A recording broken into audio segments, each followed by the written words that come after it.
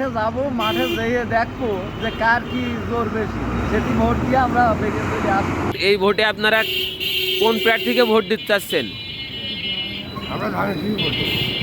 আমরা প্র্যাকটিস যাচ্ছিলাম ধানের শিশু মাঠ, যে কোনো এলাকা থেকে বা ফিরোজ না আমি দুটো একটাও দিই।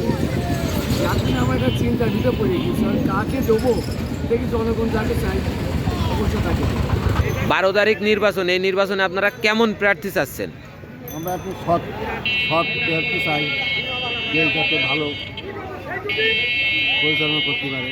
আমরা এখন বর্তমান বিগত দিনগুলো দেখেছি, ফ্যাসিস্টের আমল দেখেছি, বর্তমান যে সময় এই 17-18 মাস ধরে দেখতেছি। হ্যাঁ, আমরা ভালো প্রার্থী চাই, আমরা আল্লাহর আইন চাই, সৎ লোকের শাসন চাই, বুঝেছেন?